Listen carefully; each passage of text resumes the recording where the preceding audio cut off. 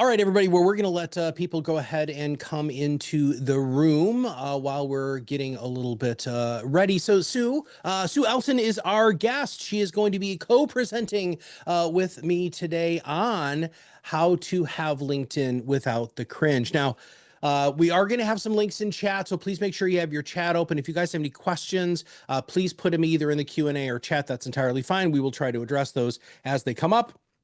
But without further ado, here's what's going to happen. So the ultimate goal is that we want you to be able to build trust on LinkedIn. And of course, more importantly, probably even more importantly, really grow your influence, right? Because Sue is wildly influential in the world of LinkedIn. And one of the reasons why we wanted to bring her on today. We're also going to be talking about what high trust content actually looks like, how to use comments and DMs without feeling cringy or weird or salesy and all that yucky stuff that Sue and I already talked about this. It's totally cringy. And also how you can create a very repeatable rhythm, right, that you can build into your weekly schedule so that you can do even better in this incredibly powerful platform. So Sue has been teaching LinkedIn for 20 freaking years, right? That's about right. Is that good? Yeah, I joined on the 21st of December 2003, officially consulting on it since 2008. And okay, well, just take it away a little bit. Tell everybody just a little bit more about yourself, and then I'm going to go ahead and introduce myself, and then we'll get rolling. Perfect. Thanks, Matt. Well, in 1994, I moved from Adelaide in South Australia to Melbourne in Victoria. And when I lived in Adelaide, I'm the eldest of 27 grandchildren, four children, and it's a small, or it's basically a large country town. You move to the big smoke, and like when I was in Adelaide, I'd go out, I'd always see somebody I knew or recognized. And when I moved to Melbourne, it took me weeks, and every day I'd go out, look at people, and I'd try and find a face in the crowd I recognized. And I did one day, and I smiled at him, and he smiled back at me. And it took me about 3 days to work out who he was. And it turns out he was an actor off television. So actually wasn't anyone I knew in the first instance. But this experience was really transformative for me. I really found moving cities and away from that huge network that I had really, really challenging. And so the last subject of my university degree that I studied by correspondence was a research project. And so I surveyed 96 people who'd moved to Melbourne within the last 5 years. Most of them wanted a telephone advice service, which had been tried and failed. And the next most popular option, this is way back in the year 2000, was a website. Because these were, high profile expats and whatever.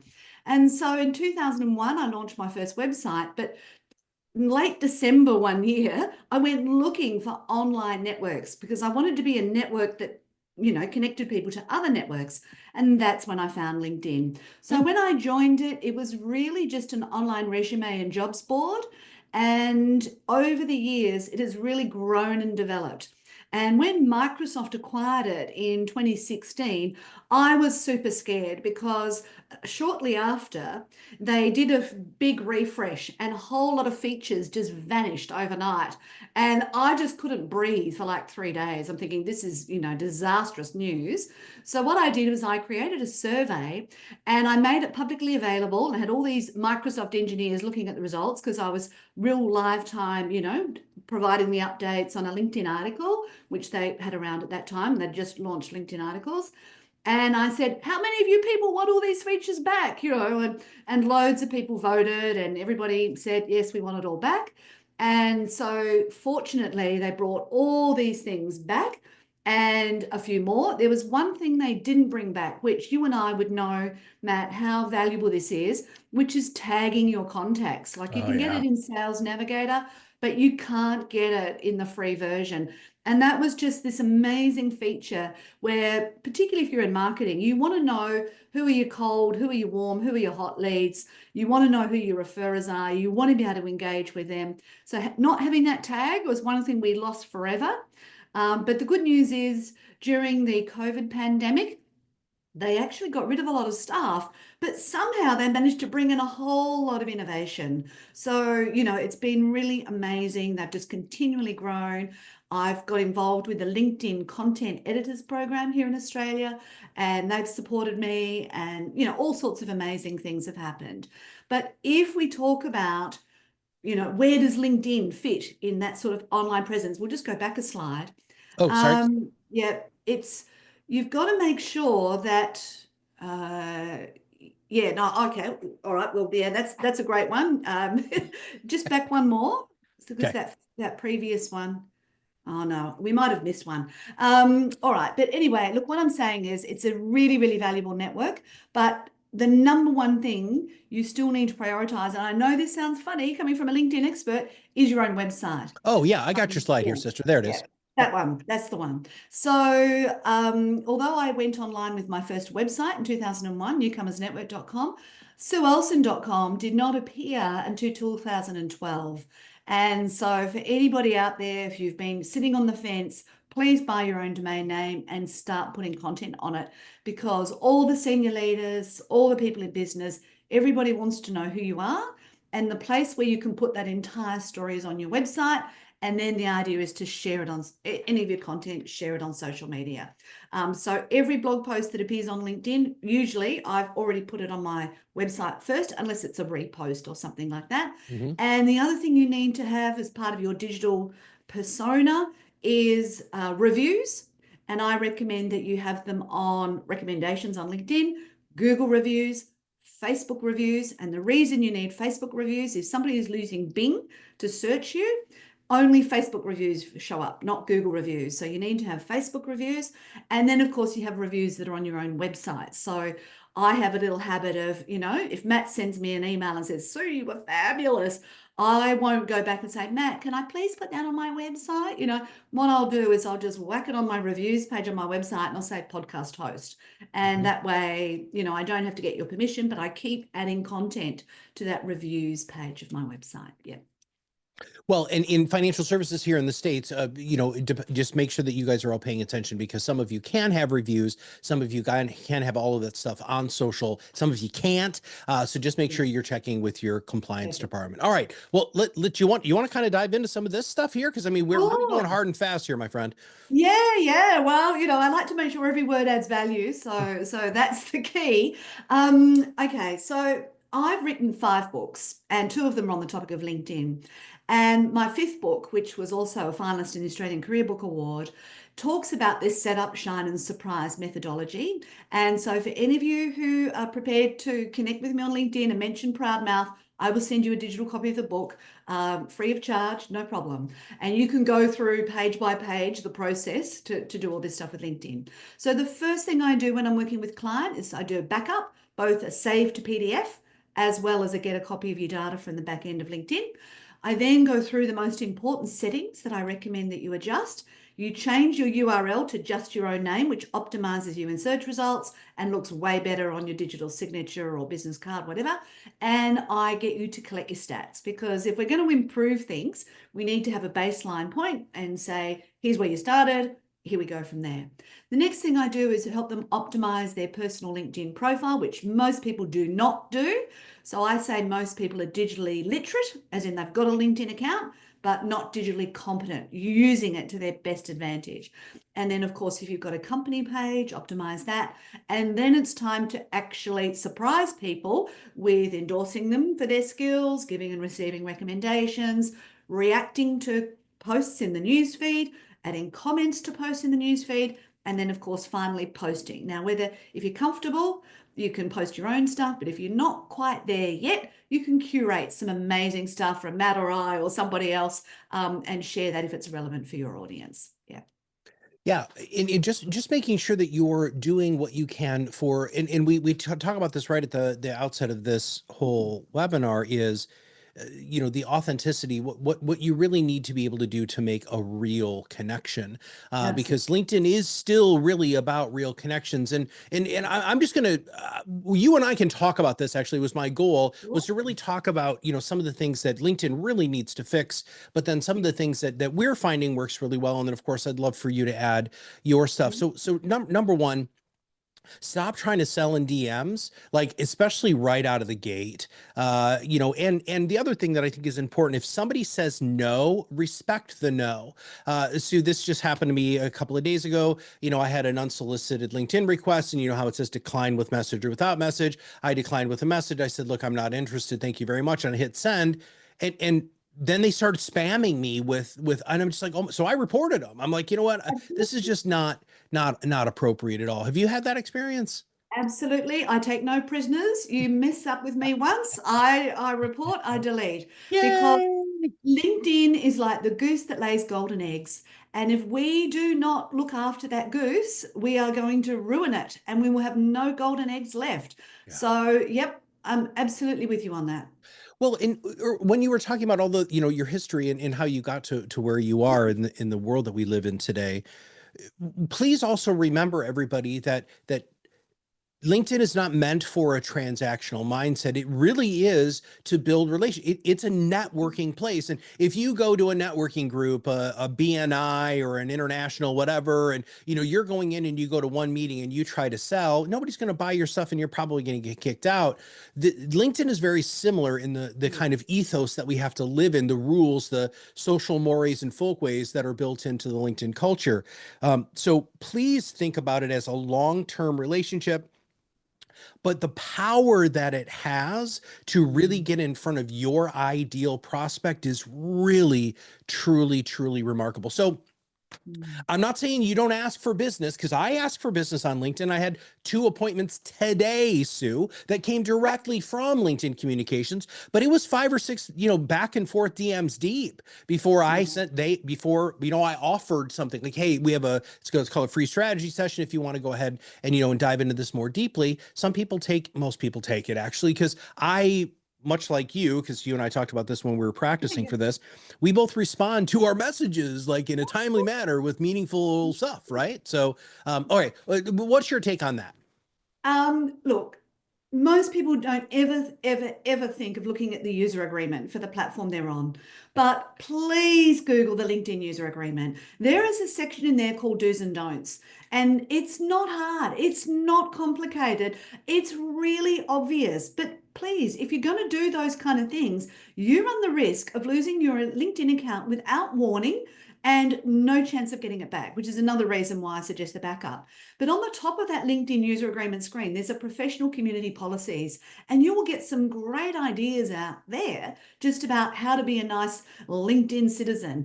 And you will get more golden eggs, what's the saying? With a spoonful of sugar than a Yeah. pound of, vinegar. So, whatever it is, I don't know. So, yeah, please make sure you build the relationships over time. I've connected with people, Matt, 8 years ago. And then they said, Sue, I need some LinkedIn help. And the number of people who say it was 8 years ago is unbelievable. I don't know what was happening 8 years ago, but clearly something was.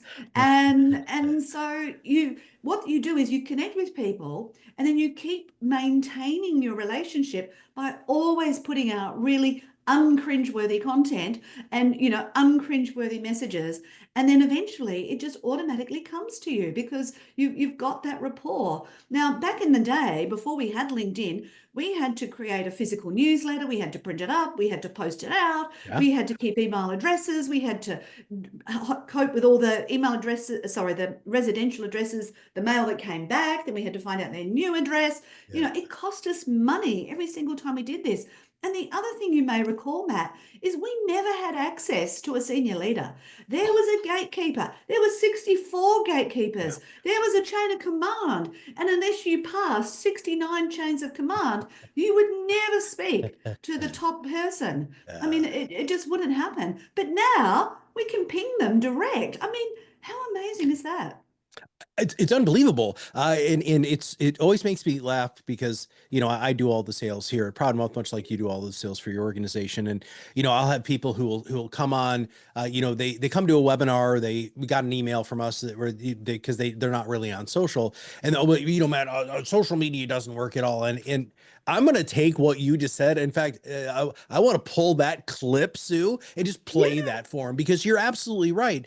Referrals, picking up the phone, all of the things that, we've always done, networking events, dinners, client events, all of these sorts of things are wildly expensive and very labor intensive. And what they don't do is they don't always get you right in front of the exact person. In fact, on Sales Navigator, I mean, and I'm sure you can see this, and not Yeah. even on Sales Navigator, when I look at a business, it says, here's the decision makers, right? I can do a search to find out exactly who's the person who is the chief marketing officer of a large organization, and I can message them directly. It's so flippin' powerful, and I don't understand why people are so resistant to it. Oh, I don't either, Matt. And it's that said though, for some people it is a little bit intimidating. But if we go back to another step, I know that it's so much more expensive to do it in person, but I keep showing up in person because at the end of the day, people need to know that we are a real person. And one of my other 8 years ago people, I went to a lunch. It was an AmCham event, American Chamber of Commerce here in Melbourne, and I had the general manager of Twitter there. And it was an amazing lunch because the general manager of Twitter, this is another relevant point in terms of content. There's a large telecommunications company here called Telstra. And if the CEO of Telstra put out a tweet back in the day, they actually were able to match that to a rise in the stock market price, obviously, if it was good news. And if it was bad news, there was no reaction. That was, the CEO puts the tweet out. But if the Telstra account, the company account put out a tweet, there was not a blip on the radar, like just absolutely no recognition. So us as individuals is really important. So I spent as a sole, sole business owner, solopreneur, $250 on lunch, like, oh my Mhm. God, I was so scared to spend that much money to go to a lunch. But 8 years later, I've now got a regular gig and it pays me 650 a pop, for each time I spend 2 hours for this business. And now I wouldn't have got that if I didn't go to the networking event and connect with them on LinkedIn and maintain that relationship for many years. And another person I met when I was teaching at a city college, and he's a band manager. And oh my God, I don't know what it is about the music industry, but those people are just next level incredible. I just find them amazing. And, he says, Sue, you're everywhere. Now, has he liked one of my posts? No, he hasn't liked one of my posts. So I don't know that he's still seeing me, but he still is. And it was 2 years since my last appointment, but I caught up again with him last week because I'm just there. And every time he thinks, oh yeah, I know Sue and I need her again, there's that relationship coming out. So yeah, Well, it's really helpful. I absolutely love that. And you just totally teed us up into this next section here, right? I will be at conferences. So I do a lot of conferences here in the Yep. States, financial services conferences, and I'll have people say the same thing to me. Matt, you're everywhere. I see you, all the time. Every time I open LinkedIn, you're there. And I'm like, well, it's one, because you're obviously hovering over my stuff because you're telling the algorithm that you want to see my stuff, Yep. or you have liked it or something in the past. But again, it's the same sort of thing. I don't actually see the level of engagement that I hear publicly, and I think that's one of the things that people really, really need to focus on is Mm. a lot of the metrics. And you and I talked a little bit about this when we were practicing. A lot of the metrics are kind of vanity metrics because Yeah. even if somebody scrolls by, they see Sue, they see Matt, they see our faces, they see our stuff. And there's power in that. But you have to really be human here. This can't be robotic. You have to be very, very focused, right? So I ask everybody a quick question and answer in the chat because we've already got the chat kind of warming up Mm. here. But are you sharing anything that people can actually relate to, or are you only sharing what you think makes you look successful? And this is a huge issue, I believe, on LinkedIn. It's this posturing. It's I'm so great, I'm so smart, I'm so successful, all of this stuff. That Yeah. doesn't necessarily make people want to create, connect with you. Dwayne says relatable, right? You have to be relatable. You have to create content that is going to draw people in, right? And show your growth. One of our favorite things that we do here at ProudMouth all the time with our content is we talk about something that we believe 5 years ago that's changed, That's a right? great. To Mm. just, yeah, just to show that growth, right? Or even warts. In fact, if Mm. you guys have been following me recently, we've been talking about warts, like things, mistakes that we made at Proudmouth, mistakes that I made personally, and we get lots and lots and lots of impressions, lots of comments, likes and lots of shares because it's relatable. So Sue, when you Mm. and I were talking previously, and I think we're going to dive into this a little bit more here on this Okay. next slide that's yours.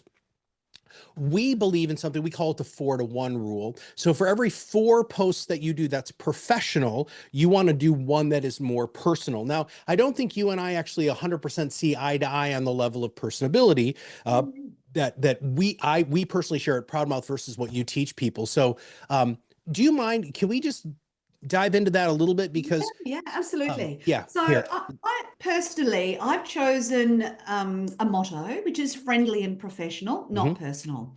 And many years ago, I did a little experiment. I know you guys are hot on testing. And what I did was I had a new haircut and I put it up on Facebook. And oh my God, it went off. Like everybody liked my new haircut on Facebook. And up until that point, I had been doing all this amazing informational, helpful stuff. Nobody engaged. And I put a photo of me up and it went off. And I thought, okay, I get it now. This has got to be more personal. And so, one of the things that I do encourage you to do is make sure you get a face. If you've got any imagery, see if you can put a face on it because we're biologically programmed to look at faces and say, oh, is that someone I recognize? And one of my most amazing posts was, should you have a color or black and white photo on LinkedIn? And so I put an image of me in black and white and color, like the before and after. And there's that cognitive dissonance. So when somebody saw that image, they thought, hang on a minute, is that the same photo? So they would Yeah. stop scrolling and they would examine it. And of course, I got 32,000 views. And back in the day, that was an enormous amount of interaction. Virtually no comments, which thank God for that, because if I'd had, 600 comments, I mean, I couldn't have coped with that. But Yeah. it was like the perfect post. It was like this, oh my goodness. And I was explaining that, like, you shouldn't have a black and white one because if you're dealing with anybody with an Asian background, and do you know why the reason is, Matt? Why you shouldn't have a black and white? Well, in Chinese culture, they use black and white photos on gravestones. So they actually think you're dead, right? So Oh. there was another student who came to my class, and this is how I found out about this, because they were building a website and they were trying to do business with an Asian, well, Chinese company. And they said, look, we'd love to do business with you, but you've got to fix your website up first. And they said, well, what's wrong with our website? And I said, well, it's got all black and white photos, like we think everybody's dead. So they had to update their website before. So here's all us, Anglos thinking, oh, look better without the wrinkles in a black and white shot. It's not of no benefit. What you're supposed to be conveying is your engagement, your energy and your enthusiasm. That's what you need to convey. So I do incorporate some little personal ones. So the personal ones for me would be like the one I shared from last night, which is I did a presentation to a workshop group this week and they took lots of photos of me and then I've shared that one. So for me, that's personal. And when COVID was occurring here in Australia, the LinkedIn algorithm swayed to selfie content. And oh my God, a lot of people got very upset because everybody thinks LinkedIn should be a professional environment. And then people were putting all this selfie type stuff up. So the algorithm has swayed back. And LinkedIn editors have told me, this is word on the street from the gods that they want conversations. So unless you generate something that engages and creates conversations, it's going to die a quick death. And the other problem is don't send it out at a crazy time. So this post, which was really fantastic, had fabulous photos, was sent out at about 7 p.m. local time here last night. That's the worst time to send something here of a professional nature. Mhm. People at that time of the day just, looking at other platforms. They're not looking at LinkedIn. So it would have been far better if they'd waited a day and put it out, sometime from 9 o'clock onwards today. That would have got much better bang for their buck on that. Hey, I really, you've touched on this a couple of times, and this is one of my favorite things that you talk about, and actually, I don't mind if we maybe skip some slides for us to spend some more time on this, but I Yep. want you to talk about engaging first, please, because Yes. this was a revelation that I brought to my team the minute we get done talking to, and said, hey guys, I think we need to change some stuff. So can you talk about that, please? Yeah, absolutely. So just like with that, the black and white and the color photo, people hovered. So the content was what you would call scroll stopping. So that tells the algorithm if people have stopped scrolling, then this was kind of great content. But if you just log in, post and ghost, and nobody engages with your content, the algorithm is going to say, naughty person, Yeah.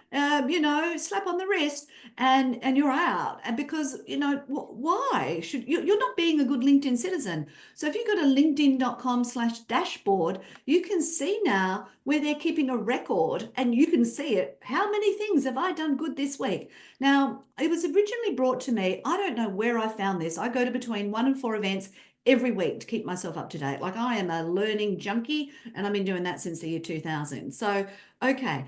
engagement ratio is what it was called when I heard about it. And the engagement ratio was at that point 12 to 1. So if you put one post out, that means you've got to engage 12 times, during, before, after, whatever, before you put out that post. Now, let's face it, if Matt likes my post tomorrow, am I going to be excited? I was on this, the webinar, the podcast, whatever, and then he likes my post. I like Matt. Like it's human nature to like people who like our stuff. So, why wouldn't you like a post? And why wouldn't you add a comment, and not an AI comment, which we've talked about, but, something really meaningful, something that shows that you read it, that you clicked on the link, you watched the video, you did whatever the post was about. And so I would suggest, I normally say, for those people who are time poor, you only need to spend 20 minutes a week on LinkedIn. Yes, part of that would be a post, but engagement, following up, checking your notifications, responding to every comment you receive, those sort of things are really, really important. Is there so there's been some heated discussion amongst my friends about this, and since you're the expert, when you do comment, is there a preferred character/word count for the algorithm to think that you put time into that, or does that not matter? Yeah, I believe there is, but of course we can't prove it, categorically. So, I Yeah, that's mean, very true. Yeah. and they're not going to tell us because obviously every platform has its own algorithm, and I call them all megalomaniacs, more people, more often, for longer. So anything you do that does that is going to be helpful. Gotcha. So if you just said, thanks, Matt, great post, like, huh? It doesn't add any value. So Mhm. again, if it's got to be that conversational, does it? And I don't know, can I share my screen for this webinar? Well, I'm assuming you can. I think I have to give you permission here. So one moment, please. Yeah, yeah, sure. Jessica, can she share the screen? Can you And this click is on a share? Can really, you do it? oh, Is it yes, I highlight? can. Okay, Perfect, beautiful. perfect, Okay, good. perfect.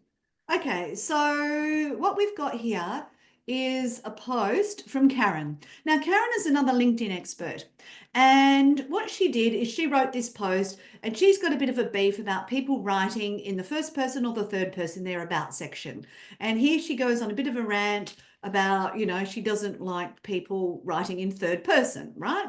And so I sort of thought, okay, I know Karen, we've communicated with one another, we have a respectful relationship, but I disagree.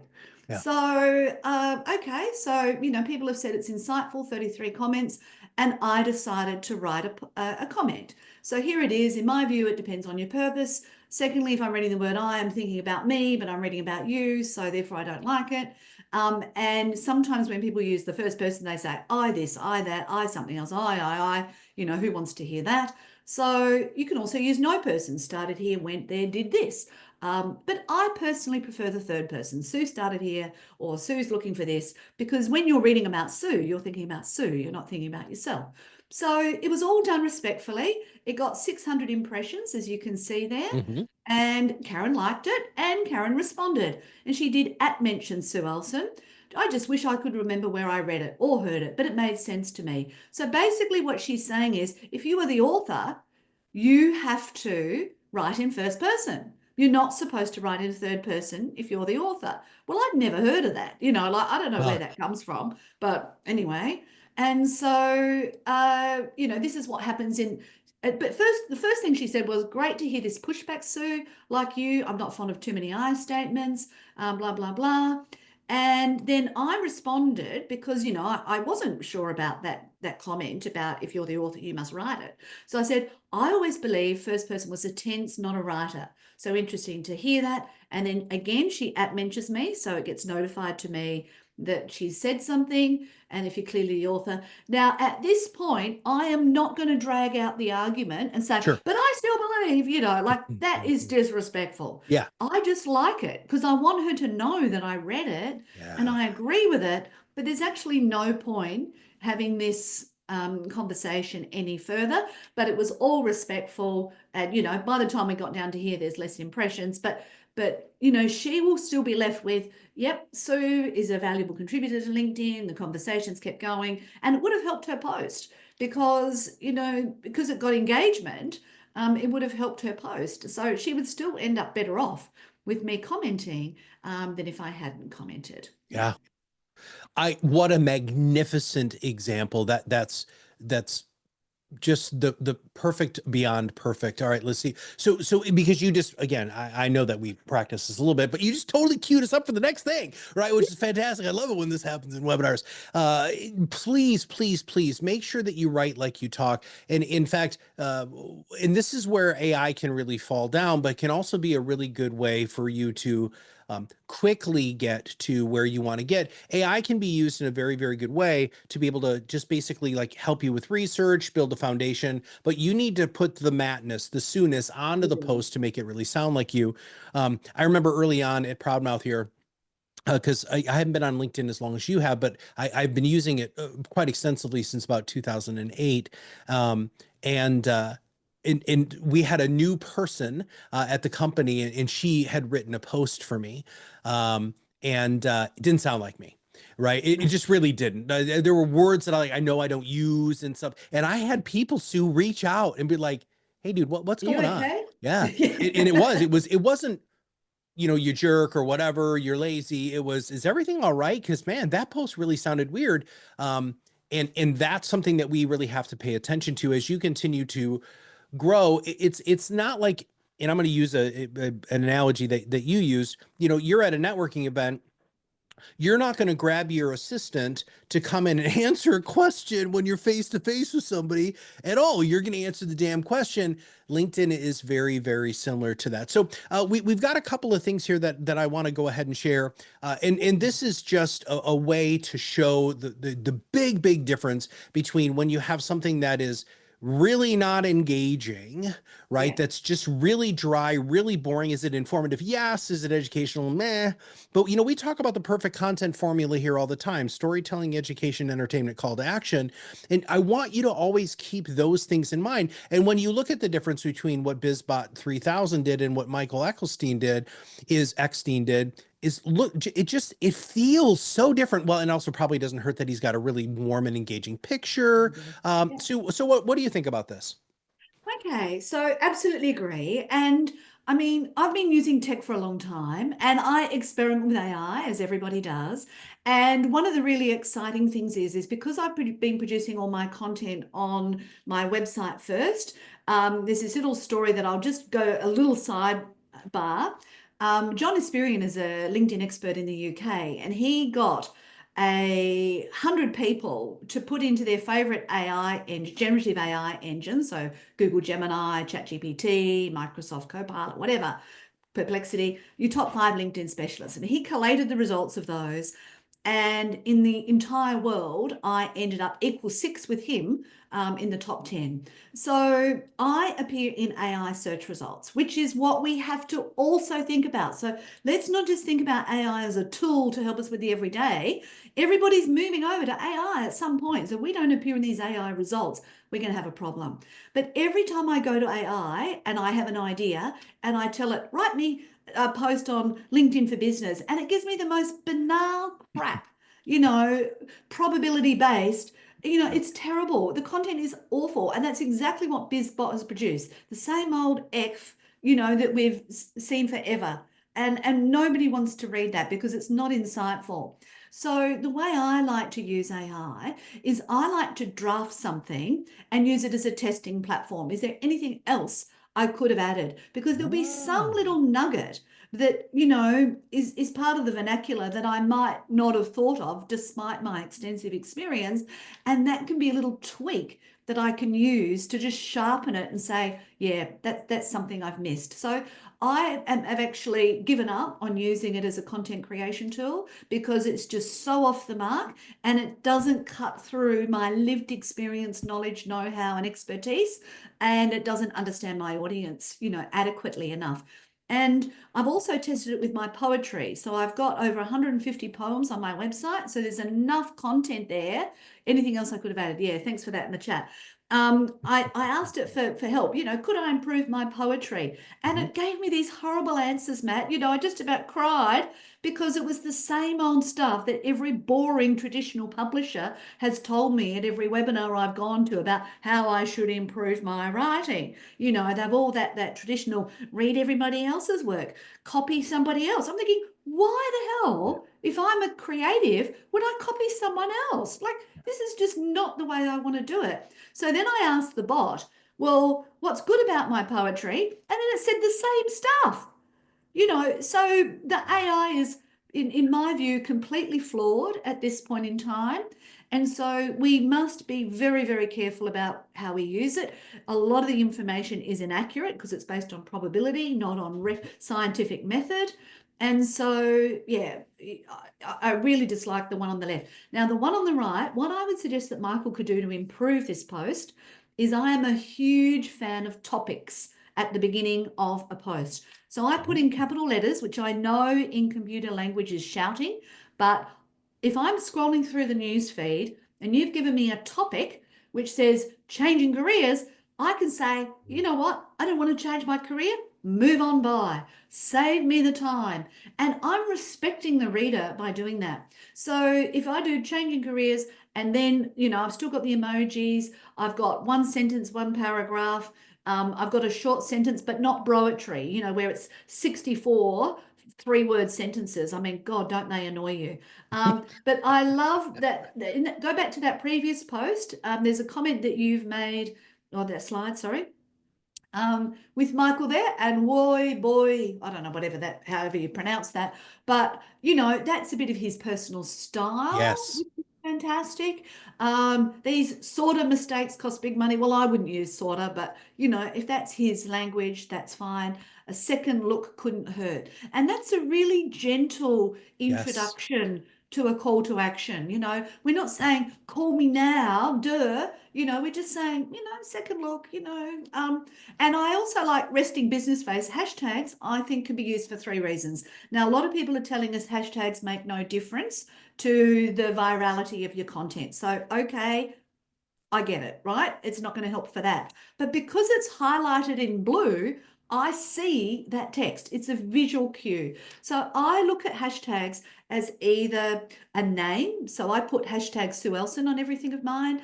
I put a topic, career choice, and then, another statement, hashtag changing career. So they're the sort of types of hashtags I use because it's the visual cue, not so much. But also, if you love this particular post, you'll click on hashtag Sue Elson and see what else I've done without having to scroll back up and hit Sue Elson to try and find, well, what else is Sue shared? You can just hit the hashtag. Now, this particular post, Matt, has another story. Okay. So, back in, and we shared this prior to this webinar. Back in 2022, I had a piece of content published on the Daily Mail website. Now, a lot of you I know would poo-poo the Daily Mail website, but I look at it that if I'm getting information out to a wider audience, that's fantastic. And a producer at a national television, Channel 9 here in Australia, saw it and invited me onto national television, and I appeared on national television 20 times. Now, you'd think if Sue is prepared to travel into the city, go through hair and makeup, be on live TV, she would be comfortable producing video content. And the answer is no, she wasn't comfortable producing video content on her own, which is kind of bizarre, right? But Yeah. anyway, end of last year, I realized every time I appeared on national television, it's about 10 hours work, no return, nobody rings me, blah, blah, blah. And I was stressed to the max. I'm telling you now, like I appeared cool, calm, and collected, but I'd worry, I can't remember lines. I've got to, practice it. I've got to prepare a script, it's all the things. So anyway, I decided, okay, I'm going to stop doing the TV and I'm going to start doing video content in portrait mode, less than a minute. So here's a video. And because I've got that relationship with the LinkedIn editors, I then let the Brendan Wong, the careers editor of LinkedIn here in Australia, know about it. And he said, look, I'll ask the video editors at LinkedIn if they would be happy to put it out. Because here in Australia, not many Australians put up video content. I know it's different in the US, you feel a bit more comfortable with it, but here in Australia, not the thing. So he did let the video editors know about it. And as you can see from this screenshot, it's had nearly 5 million impressions. It's reached 2.8 million members. Average watch time is 6 seconds. So anything over 3 is great. So an average is 6. That means this video has done really, really well, because a lot of people would have looked at that scarf and said, I'm not talking to her, and scrolled right on by. So the fact that I've got 6 seconds is kind of cool. Now, the next question you're going to ask me, Matt, as a good quality marketing professional is, okay, Sue, what'd you get out of it? And of course, followers and nothing else. And random followers from foreign countries that are unlikely to ever hire me. And so what was the point? So the point I'm making here is you can go viral. Here is an example of a video that has gone viral. This is, way surpassed. It was still going 2 weeks later. That's how viral it went. But it doesn't guarantee results. So back to our, comment that we made earlier about reaching the people who are interested in your services. This is nice to achieve, but it doesn't necessarily mean that you're going to get results. Ah, that was freaking just awesome to listen to, because I'm so happy that you're bringing these things up, because a lot of times, Sue, and I know you've experienced this, I feel like I'm screaming into the void to people and saying very, very similar things. It's just nice to know that somebody, on the other side of the world actually agrees. All right, so we've got a couple of other things that we really want to go ahead and cover before people drop off. So the first thing that I want to make sure that everybody knows is there is a weekly cadence, right? And we have a format that you can have. And just as an example, like, a unique POV, something that is a little bit inspirational or motivating, hopefully trying to get people to change their mindset.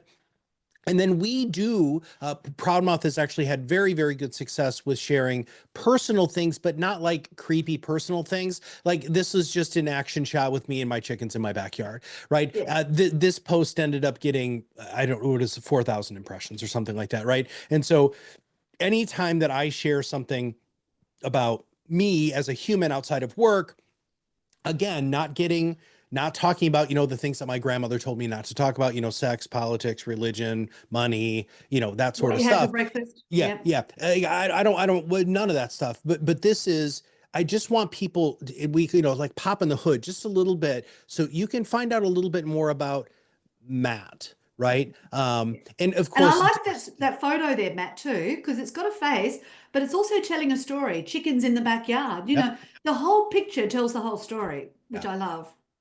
So Denise, who's a client of ours and a good friend of ProudMouth, says she's the chief marketing officer for a very large financial services company. She says, money, we have to talk about money, which yes, I totally understand that. And you guys do a great job with it. But please understand that there is a really good rhythm. There is a good cadence that you can get into.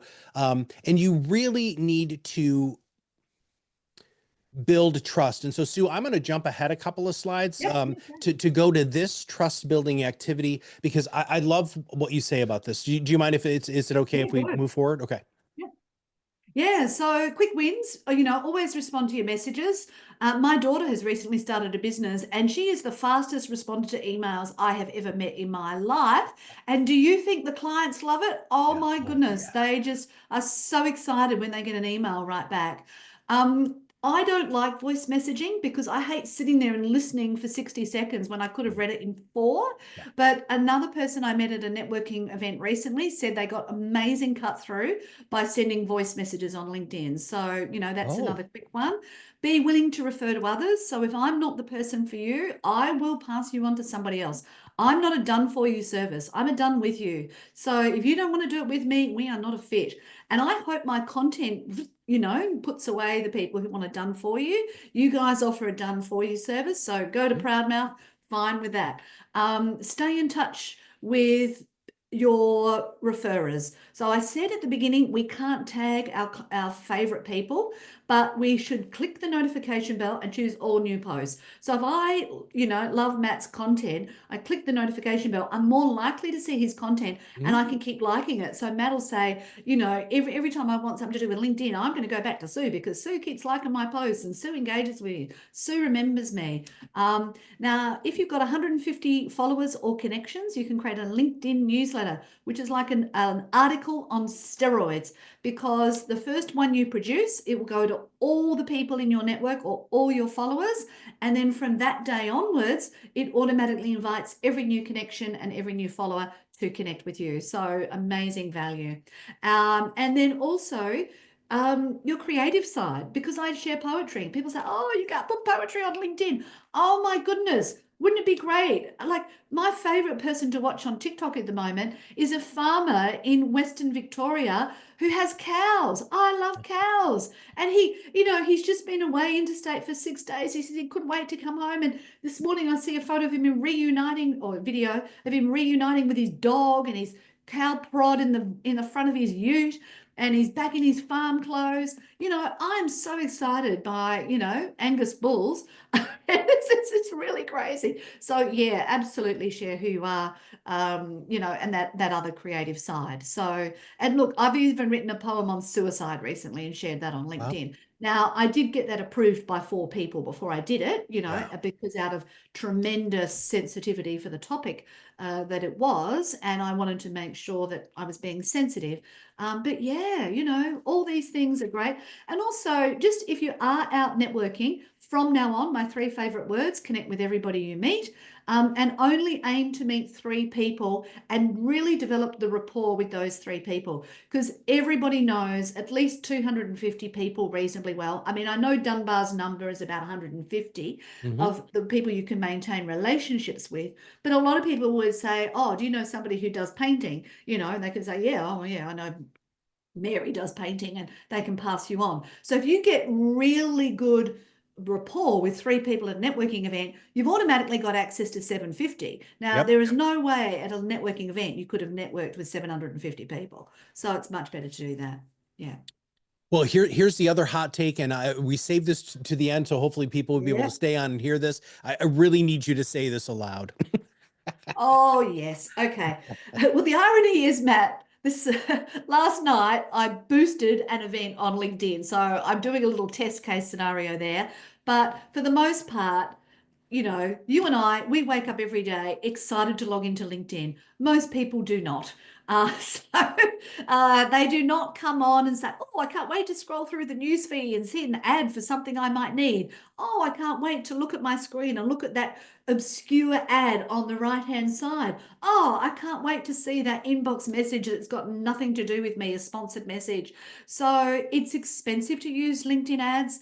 And unless you really know what you're doing and you can target the audience, and let's remember, most people don't fill in their LinkedIn profile. So reaching that person is very difficult. On Facebook, you can say, I want all the people who drink Turkish coffee in Melbourne. You can find them. You cannot do the same thing on LinkedIn. So you really need to say, skip the ads, pay for someone to sit in your office and help you do exactly what it is, the reach and the process that Matt or I recommend to you that would be best for the nature of your business.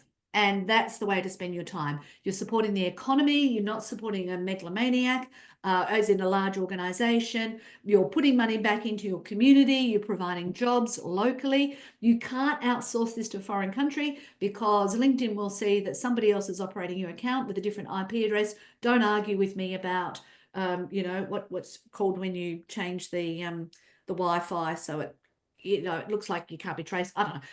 Don't worry about that. Be honest, do it locally, develop relationships, and engage with people, and just always connect and follow up and just, keep showing up. That's really the message. It's networking, Sue, and you opened this whole presentation with that, right? It's Yep. really building that relationship, right? And Yeah. continuously building that relationship, right? Yep.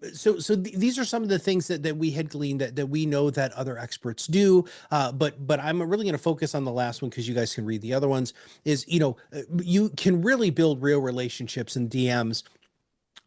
Today I spent about 20 minutes because I had gotten a flurry of connections from some activity that happened. And so I was messaging people, and, one of these people messaged me, and she was like, well, why did you send me a connection request? I was like, we have 237 people in common. There's something here. I don't know what it is yet, but I hope you're okay with finding out about it. Right. And she was like, oh my gosh, I had no idea we had that many connections in common. And it was just a neat conversation. I followed another keynote speaker. So I do a lot of keynote speaking, and I love learning what other keynote speakers are doing.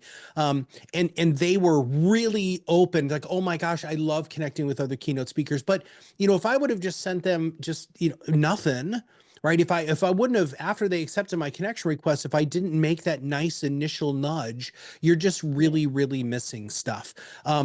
Yeah. And just please remember, the selling happens off LinkedIn. Your goal is to really connect with people, try to deepen a relationship with them.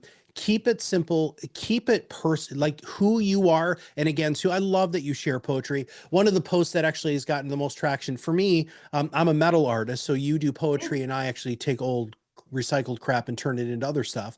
And I Yep. posted something about some an art show that I had, Yeah. and people came out of the woodworks. I posted a video a little while ago of what I learned in German longsword sword fighting class. One, that I'm getting my butt kicked, and I would never have made it in medieval times, like at all. But then one of my really good friends, who I've known since like 2007 or 8, told me, and I never knew this, that he was a fencer, right? And so just Yeah. another wonderful, wonderful deep connection. Now, Sue, Mm. I am sure that our audience, and it's fun because the chat just blew up with Denise saying some stuff. Kina Penajon, who's a big fan of ProudMouth, and we're a big fan of her, and Kristen just mentioned. But I am sure that there are going to be people who want to reach out to you and learn more Sure. about who you are and what they do. So let's talk about where they can go and what they should do. Yeah. So first of all, I believe you should connect with everyone you meet, in person or online. So every email, every DM, every text, every phone call, every, in-person meeting, great to meet you today. Can we connect on LinkedIn? So you can pull out your phone, press in the search box, and there's 3 little squares on the top right-hand side. It'll bring up your QR code.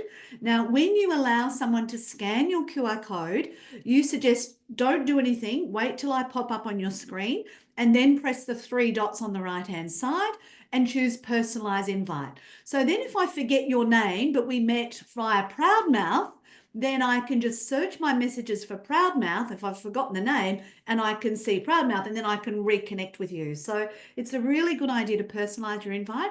On the free account, you only get 5 a month, and it doesn't matter if you send it without the personalization. The uptake is about the same rate, but I've got the Mm. very basic jobs and careers free premium.